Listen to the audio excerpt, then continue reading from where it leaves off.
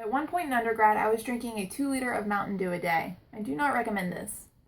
As a once prolific consumer of soda, I can assure you not all sodas are the same. Not only does soda come in a wide variety of flavors, but most brands taste different from one another, from flavor to flavor. How can a consumer tell them apart? One answer is by the use of trademarks. Trademarks are there to help consumers identify and distinguish the source of a product. Trademarks can also apply to services, but this video is going to focus on goods.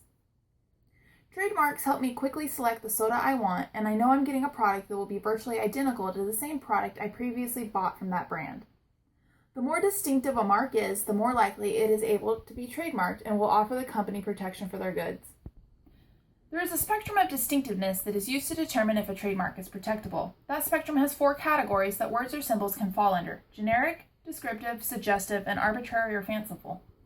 A generic mark will never be able to gain trademark protection. This is a word or symbol that is commonly used to describe an entire type of a product rather than distinguish a specific brand, such as cola or root beer. A descriptive mark is a symbol or word that describes the characteristics of the product to which it is attached. There are 2 types of descriptive marks. One is where the word merely describes the good, such as orange soda or lemon soda. Because these are just descriptive, they will not be afforded trademark protection. However, if a descriptive mark also has a secondary meaning that evokes a specific product or brand in the mind of the consumer, it is eligible for trademark protection. A good example of this is Grappico or New Grape. Both describe a grape soda, but they've developed a secondary meaning over the years that provide them with trademark protection. A suggestive mark is a word or symbol that requires the consumer to use thought and imagination to perceive the nature of the product or service, because the mark provides little to no help in inherently identifying the good. No secondary meaning is necessary. An arbitrary mark is a word or symbol that has nothing to do with the actual good itself, such as Red Bull. The drink is neither red nor made out of Bull products, so we hope. Under similar reasoning, Dr. Pepper, Tab, Sprite, Mountain Dew, Jolt, and Surge all fall under the arbitrary category. A fanciful mark is similar to the arbitrary mark, however, it is an invented word or symbol used to identify the goods, such as Fanta or Barq's root beer. Both arbitrary and fanciful marks are inherently distinctive, and so they are automatically given the strongest of all trademark protections. They are marks that are only connected to the goods because of the association given to them in the marketplace.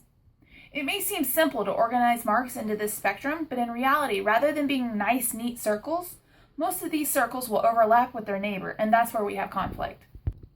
Depending on your position of whether or not you're seeking a trademark, you're going to want to argue that a mark falls into a very specific circle. Arguably, many soda brands could end up anywhere between descriptive and fanciful, depending on your position. For example, Cheerwine could easily fit somewhere between suggestive and arbitrary fanciful. You may have noticed that I didn't put anything under the suggestive category. You may also notice that 2 big soda brands are missing: Coca-Cola and Pepsi.